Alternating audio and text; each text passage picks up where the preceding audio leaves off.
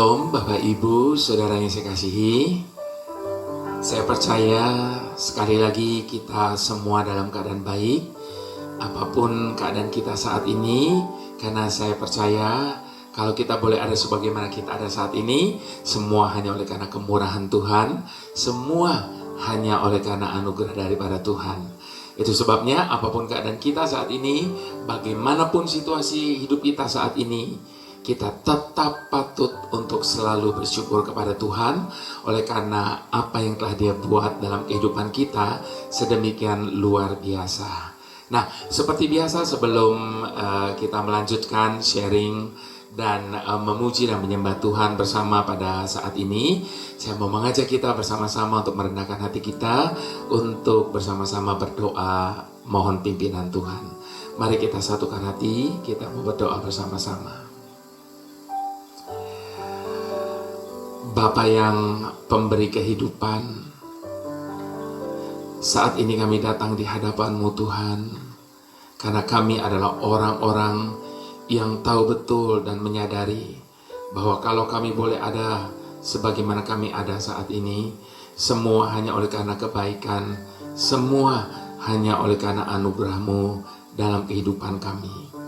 Melalui segala apapun yang terjadi dalam hidup kami, apapun yang sedang kami alami dalam kehidupan ini, kami percaya Engkau mempunyai maksud di balik semuanya itu. Sebab tidak akan pernah terjadi sesuatu atas hidup kami tanpa maksud Tuhan di balik semua kejadian itu. Dan di balik semua kejadian itu dan maksud-Mu atas hidup kami percaya ada rencana yang indah bagi masing-masing kami. Itu sebabnya apapun bagaimanapun keadaan kami saat ini, kami percaya ini adalah keadaan yang terbaik bagi kami. Terima kasih Tuhan, terima kasih ya Aba, ya Bapa. Tuntun kami pada perenungan kami pada saat ini. Biarlah Engkau memberikan hikmat bagi kami untuk kami boleh bersama-sama mengerti kebenaran firman-Mu. Dalam nama Tuhan Yesus kami berdoa dan kami mengucap syukur bersama-sama. Mari semua kita yang mengasihi Tuhan sama-sama kita mau katakan amin. Baik Bapak Ibu Saudara, pada saat ini saya mau sharing dengan Bapak Ibu Saudara mengenai bagaimana kita boleh ada hari ini. Itu semua adalah rencana Tuhan atas hidup masing-masing kita. Dan percayalah apapun yang Tuhan rancangkan dan rencanakan atas hidup kita, itu pasti demi kebaikan kita sendiri. Nah, saya mau mengawali sharing saya dengan bersama-sama mengajak Bapak Ibu Saudara untuk membuka firman Tuhan yang terambil dari kitab Kejadian 41 ayat yang ke-50 sampai 52. Nanti Bapak Ibu sudah bisa membaca seluruhnya dari ayat ke-37 sampai ayat yang ke-57. Kita akan membaca di situ bagaimana Yusuf hidupnya menjadi berkat, dan itu karena rencana Tuhan atas hidup Yusuf itu sendiri.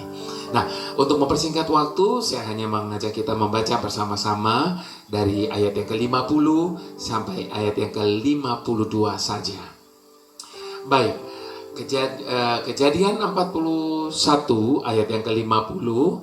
Sebelum datang tahun kelaparan itu, lahirlah bagi Yusuf 2 anak laki-laki yang dilahirkan oleh Asnat, anak Potifera, imam di On. Yusuf memberi nama Manasye kepada anak sulungnya itu, sebab katanya, Allah telah membuat aku lupa sama sekali kepada kesukaranku dan kepada rumah Bapakku. Dan kepada anaknya yang kedua diberinya nama Efraim, sebab katanya Allah membuat aku mendapat anak dalam negeri kesengsaraanku. Baik Bapak Ibu Saudara sekalian, di dalam bacaan tadi yang kita baca, Yusuf memberi nama Manasye kepada anak sulungnya, sebab katanya Tuhan telah membuat aku lupa sama sekali kepada kesukaranku. Nah, Bapak Ibu Saudara, setelah berhasil mengartikan mimpi Firaun, Yusuf yang sebelumnya berada dalam penjara, dia diangkat menjadi penguasa atas seluruh tanah Mesir. Kemudian Firaun memberi Yusuf seorang istri, dan istrinya melahirkan 2 anak laki-laki baginya. Yusuf yang awalnya tampak tidak punya masa depan, kini membangun rumah tangga dan menapaki karier yang cemerlang. Tidak heran Yusuf menamakan anak sulungnya Manasye. Saat anak keduanya lahir, Bapak Ibu Saudara, Yusuf memberinya nama Efraim.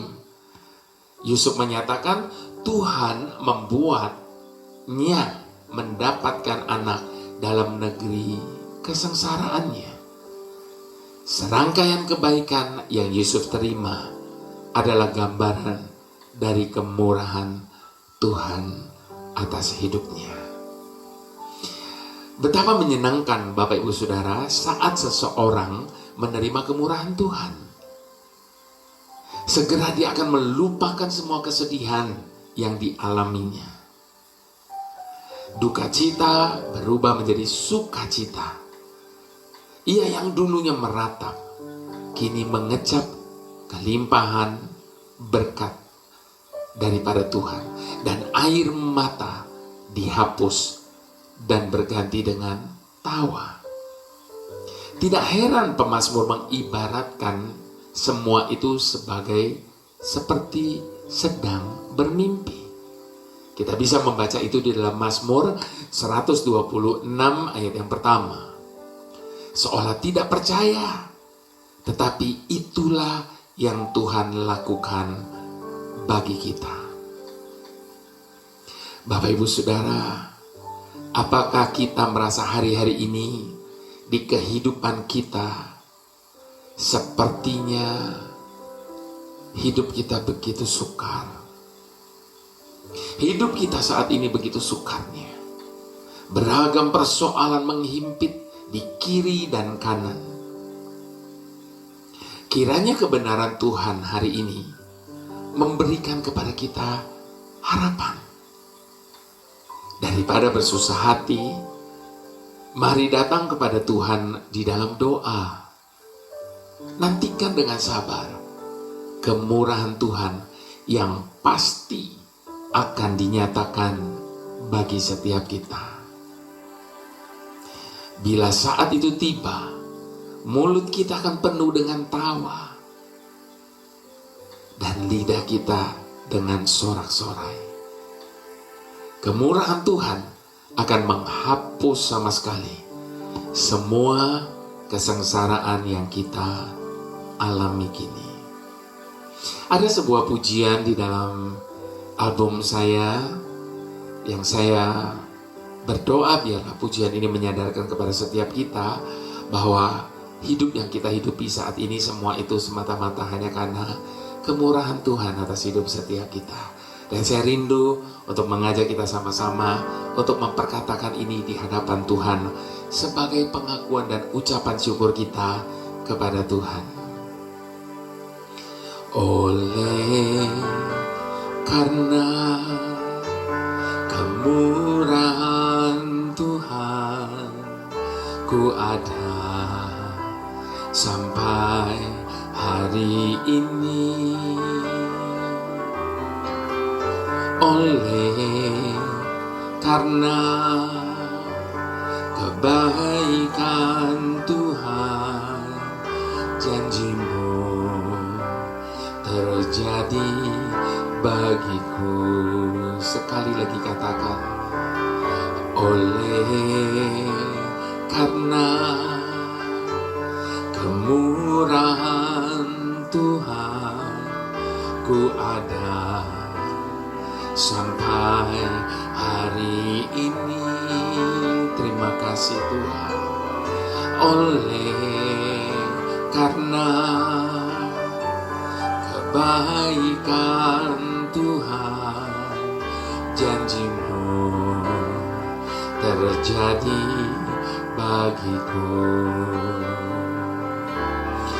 Ku sembah Kau Tuhan, ku mengangkat tanganku, selamanya Kau ajaib bagiku. Ku sembah Kau Tuhan, ku mengangkat wajahku, selamanya Kau ajaib bagiku.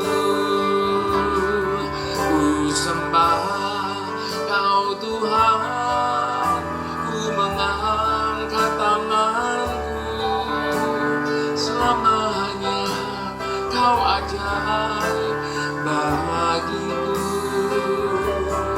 Ku sembah Kau Tuhan, ku mengangkat wajahku, selamanya Kau hebat bagiku. Sekali lagi Bapak Ibu Saudara, biarlah saat ini kita boleh menyadari bahwa apapun yang sedang terjadi dalam hidup kita saat ini, bagaimanapun situasi hidup kita saat ini, percayalah, kesukaran itu pasti suatu saat akan berlalu dan berakhir dalam hidup setiap kita. Bapak Ibu Saudara, di hadapan Tuhan sekali lagi, saya mau ajak kita sama-sama untuk kita boleh mengadakan pengakuan ini. Oleh karena kemurahan Tuhan, ku ada sampai hari ini.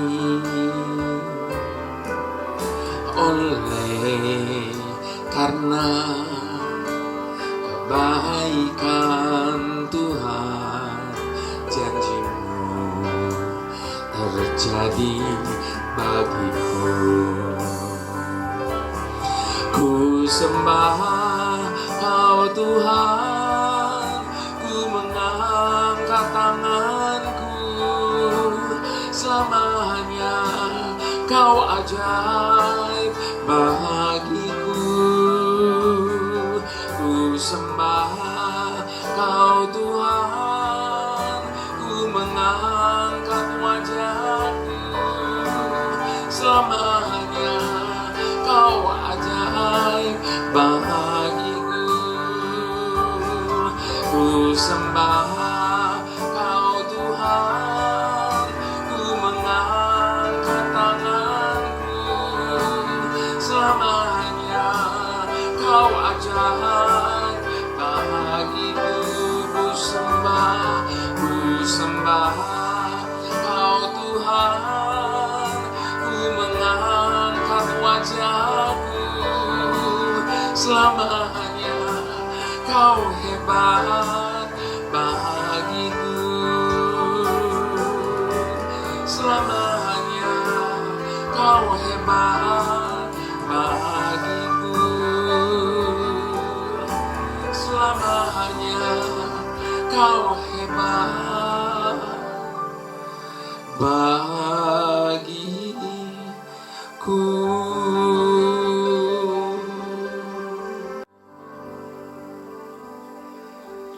Suatu kali saya ada baca kisah tentang seorang seniman. Namun seniman yang satu ini tergolong unik Bapak Ibu Saudara, sekaligus ekstrim. Sebab apabila pada umumnya orang melukis dengan media tertentu seperti kanvas, dinding, tembok, atau papan, tapi seniman yang satu ini menuangkan karya lukisannya di telapak tangannya. Seniman asal Spanyol yang bernama David Cata ini sengaja menjahit telapak tangannya menggunakan jarum dan benang untuk membentuk pola tertentu. Sehingga akhirnya membentuk lukisan potret wajah seseorang. Namun begitu, ia tidak asal memilih wajah orang untuk ia lukis. Ia hanya membuat lukisan potret orang-orang yang berpengaruh dalam hidupnya. Mulai dari keluarga, sahabat, juga guru-gurunya. Dia menyebut serangkaian karyanya ini sebagai Under the Skin. Menurutnya, proyek ini merupakan buku harian atau autobiografinya yang didukung oleh tubuhnya, di mana dia menulis kisah hidupnya di atas kulitnya sendiri.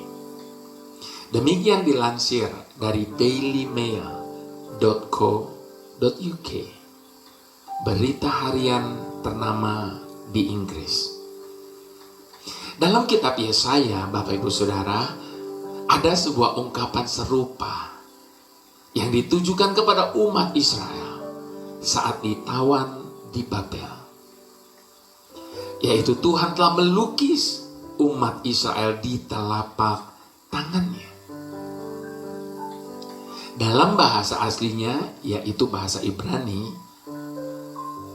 cakak, yang diterjemahkan sebagai menggoresi. Ungkapan metafora ini artinya Tuhan menandai Israel sebagai umat yang dikasihi dan tidak akan dilupakan untuk selama-lamanya. Seringkali kita menghadapi masa-masa sulit, dan doa-doa kita sepertinya tidak menghasilkan jawaban. Bahkan kadang kita berpikir Tuhan telah melupakan dan membiarkan kita. Tapi benarkah Tuhan seperti itu? Bapak Ibu Saudara, biarlah di tengah-tengah banyak pertanyaan dan keraguan-raguan yang mungkin hari ini ada di dalam benak kita, saya mau mengajak kita sama-sama untuk mengingat kembali tangan Yesus yang berlubang paku. Bukankah itu adalah bukti dari kesetiaannya? Percayalah, Tuhan adalah pribadi yang setia, dan setiap kita ada di dalam tangannya. Tak sedetik pun kau jauh dariku, selalu kau jaga hidupku.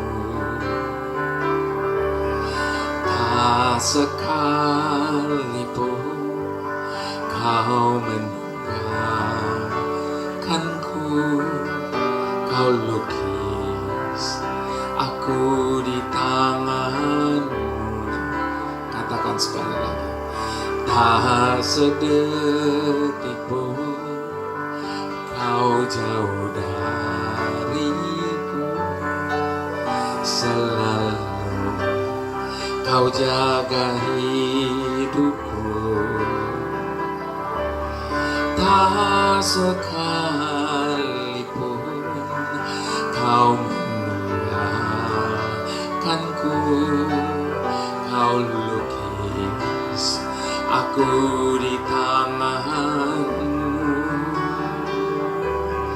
Yesusku, kau ku percaya. Yesusku, kau yang ku perlu. Tak pernah kau biarkan, tak kau tinggalkan hidup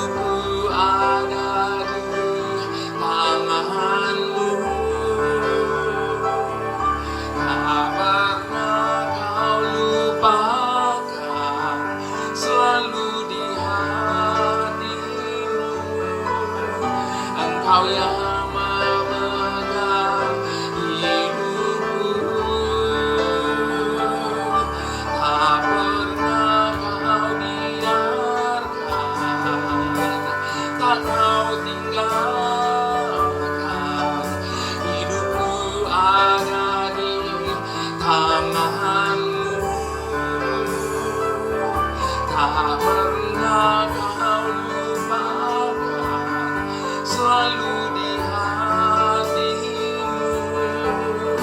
Engkau yang memegang hidupku. Yesus, Kau Bapa yang setia.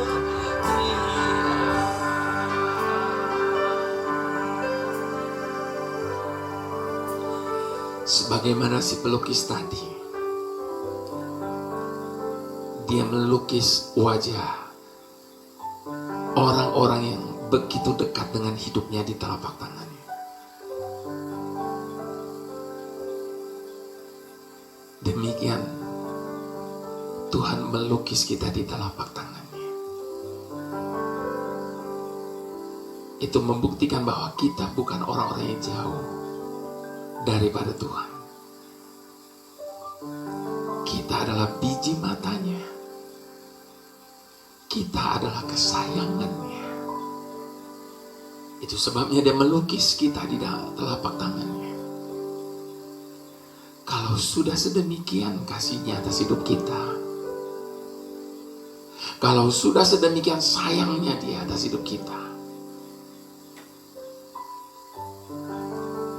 adakah hari ini sesuatu yang bisa mereplace kita dari tempat kita di hatinya? Dan kalau hidup kita ada di hatinya, ada di tangannya, ada di pikirannya, masakah dia membiarkan kita tenggelam dalam keputusasaan? Bapak Ibu Saudara, sekali lagi, ketika kita menyadari kebenaran ini, bahwa betapa berharganya hidup kita, kemurahan yang memenuhi hidup kita, kemurahan yang mencari hidup kita. Dan ketika dia mendapati kita, dia menggendong kita dengan sukacita, dan dia melukis setiap kita di telapak tangannya. Kalau sudah sedemikian, lalu masihkah kita meragukan kasihnya? Masihkah kita akan merasa bahwa Tuhan sedang membiarkan kita menghadapi segala sesuatu hari ini sendirian? Itu sebabnya di hadapan Tuhan, sekali lagi, saya mau ajak kita sama-sama untuk mengadakan pengakuan iman percaya kita. Dengan bersama-sama kita mau katakan, tak sedetik pun Kau jauh dariku, selalu Kau jaga hidupku. Tak sekalipun Kau meninggalkanku. Kau lukis aku di tanganmu. Yesusku, Kau ku percaya. Yesusku, Kau yang ku perlu.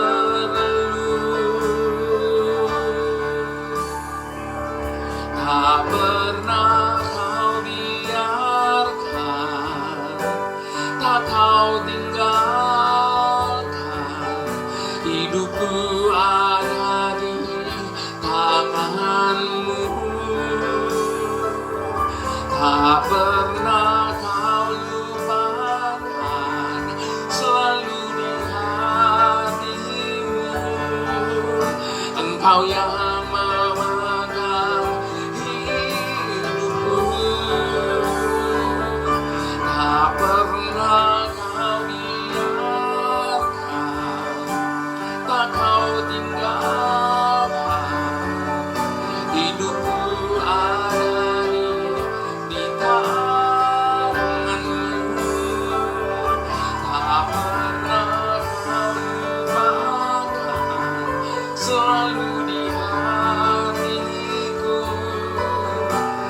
Engkau yang memegang hidupku. Yesus, Kau Bapa yang setia.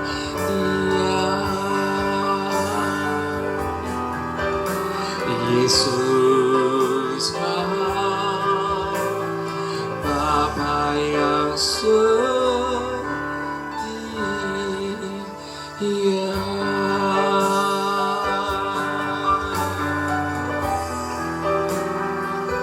Engkau setia selamanya, tak pernah berubah.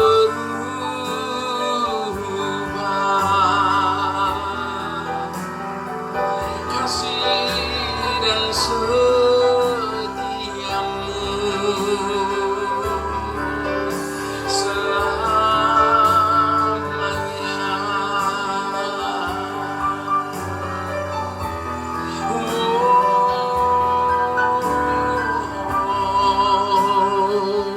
hidup kami hanya karena kemurahan-Mu, hanya oleh kasih-Mu, hanya oleh setia-Mu.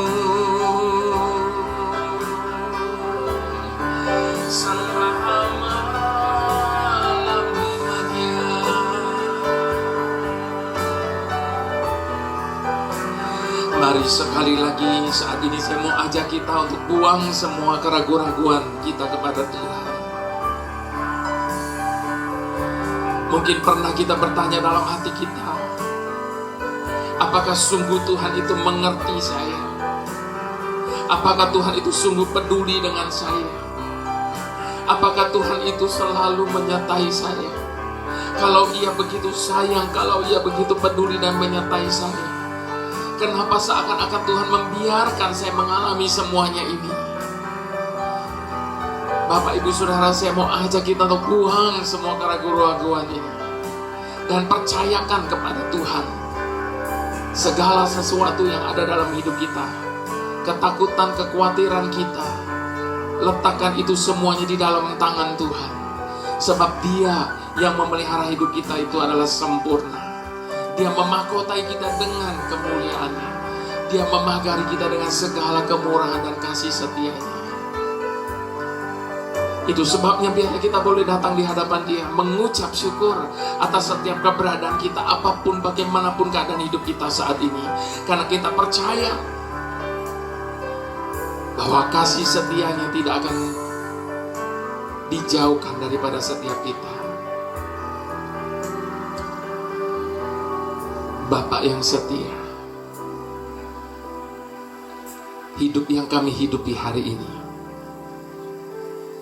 hanya karena kemurahan-Mu. Ini pengakuan kami. Itu sebabnya ingatkan kami selalu bahwa hidup kami ada di tangan-Mu, Tuhan.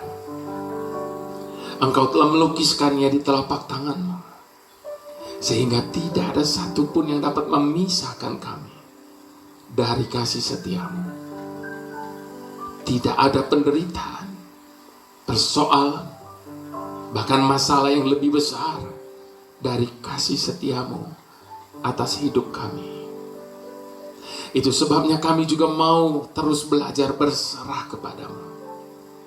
Berserah bukan berarti menyerah kalah, melainkan mengandalkan kuasa-Mu sepenuhnya. Berserah bukan berarti tidak bertanggung jawab, melainkan menyelesaikan masalah kami dengan cara-Mu, Tuhan. Kami berserah karena kami sadar betapa hebatnya Engkau, Tuhan, dan betapa terbatasnya diri kami ini. Terima kasih untuk jaminan-Mu atas hidup kami, bahwa Engkau menjaga hidup kami sebagaimana Engkau menjaga biji mata-Mu.